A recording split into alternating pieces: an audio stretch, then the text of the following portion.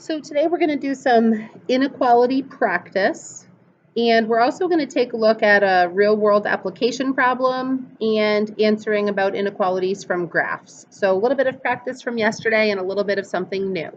So this front page we're going to complete together with the video, and then the back page you're going to submit as your guided practice for today. So cost and revenue. So this says that revenue is equal to this function, and cost is equal to this function. Revenue and cost are measured in dollars, and X represents the number of units sold. So maybe we are selling books or cars or sweatshirts. So in this case, how many units must be sold to obtain a profit of at least $750,000? So how many units need to be sold, and what is the price per unit?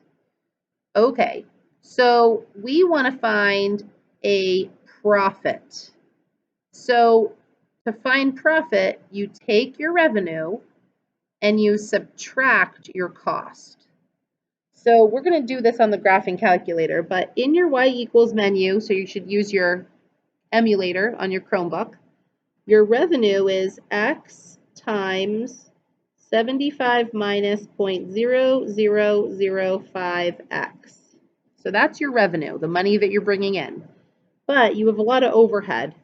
So we need to subtract our whole cost function, 30x plus 250,000.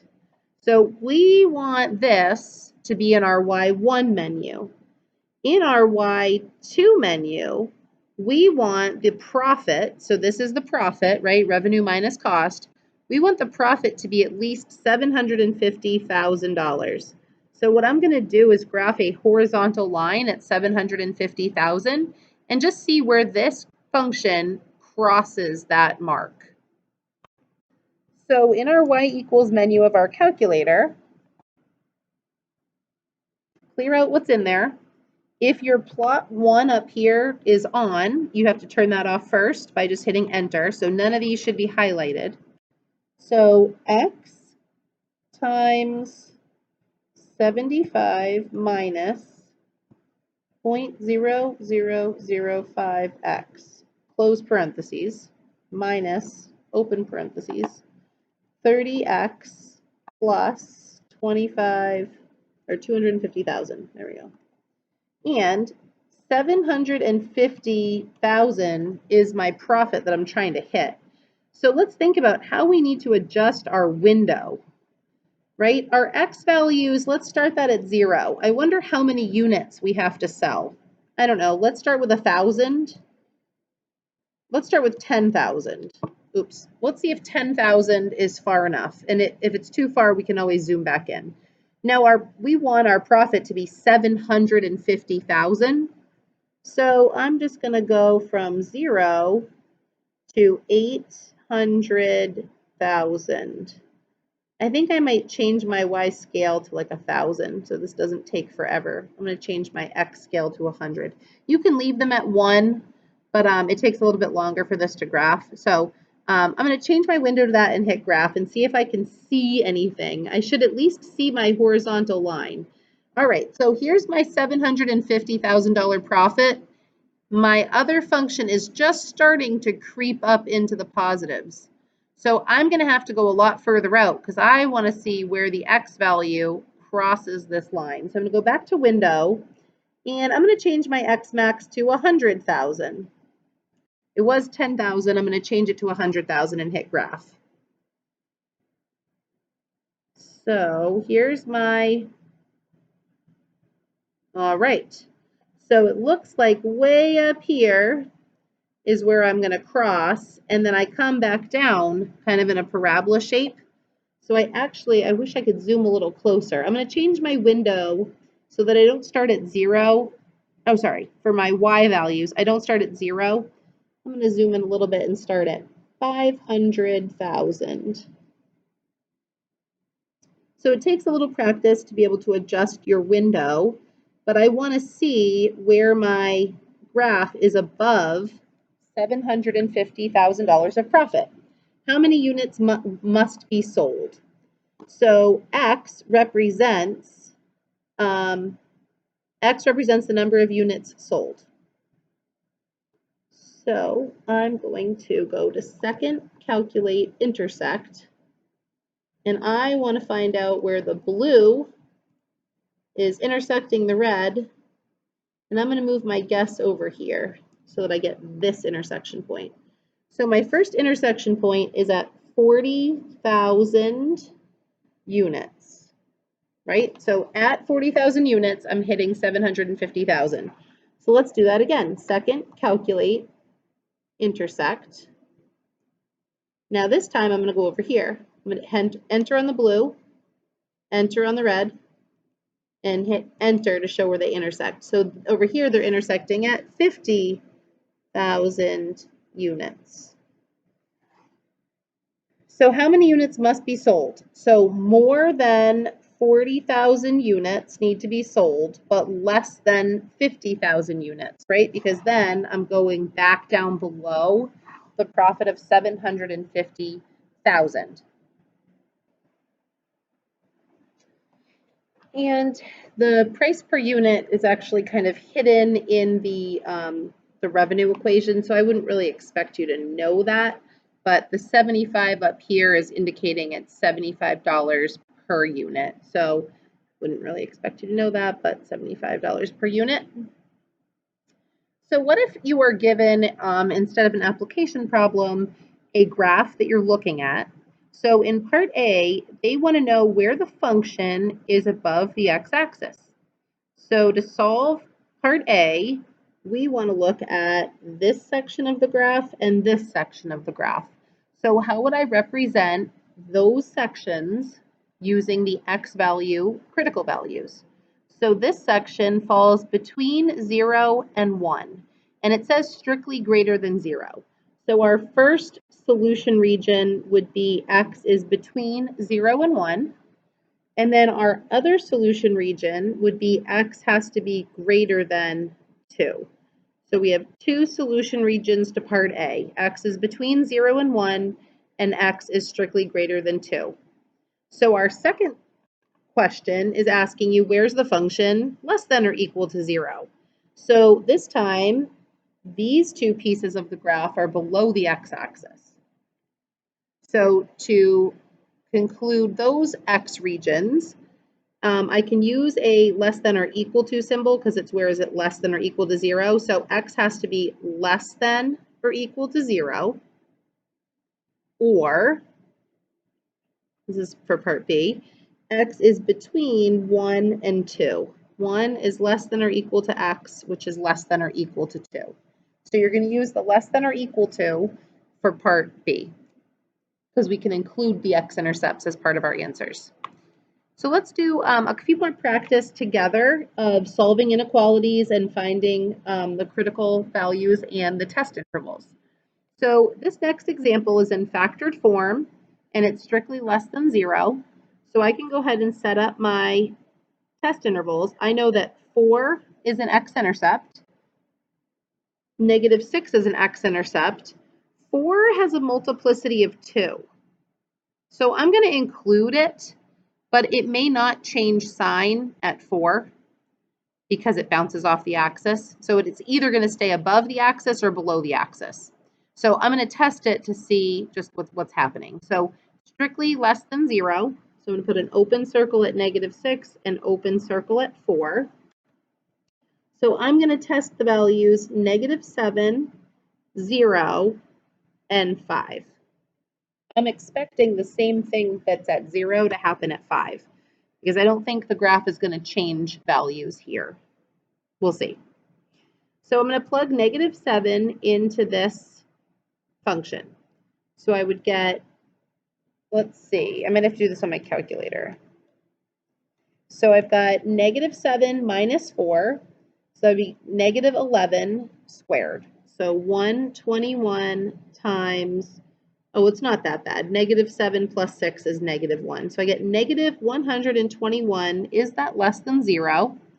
Yes, it is. So I'm going to include this part of my answer. So what about when I plug in the number 0? When I plug in 0, I get positive 16 times positive 6. Positive times a positive is a positive. It's not going to be less than 0. So I think the same thing is true at 5, because I don't think we change sign at 4. So let's see, if I plug in 5, I get 1 squared is 1, and I'd get 11, and 1 times 11 is 11. So also positive. So my solution is that x has to be strictly less than negative 6. Let's take a look on the calculator at what this function looks like. X minus 4 squared times x plus 6. See if it shows up on my graph. All right, so it's a cubic function, so it comes down here, shoots up, bends around, back down, bounces off, and goes back up. The only place that the graph is below the x-axis looks like to the left of negative 6. So our conclusion looks accurate. On the next example, remember we have to get 0 on one side of the equation. So I'm going to add 8x squared to both sides. So I've got 2x cubed plus 8x squared is greater than or equal to 0. I've been doing this part in purple. I should change back to purple. I'm going to factor this. 2x squared GCF times x plus 4 greater than or equal to 0. 0, but it has a multiplicity of 2, so we know it doesn't change sign there, and negative 4. I'm going to use filled in circles this time. So here's negative 4, here's 0, because it says greater than or equal to 0. So I'm going to test the values negative 5, negative 1, and positive 1. So let's see, when I plug in negative 5, I'm going to plug it into this red equation up here. So if I plug in negative 5, I get 2 times negative 125 plus 8 times 25. I get negative 50. And I know that negative 50 is not greater than 0. All right, what if I plug in the number negative 1?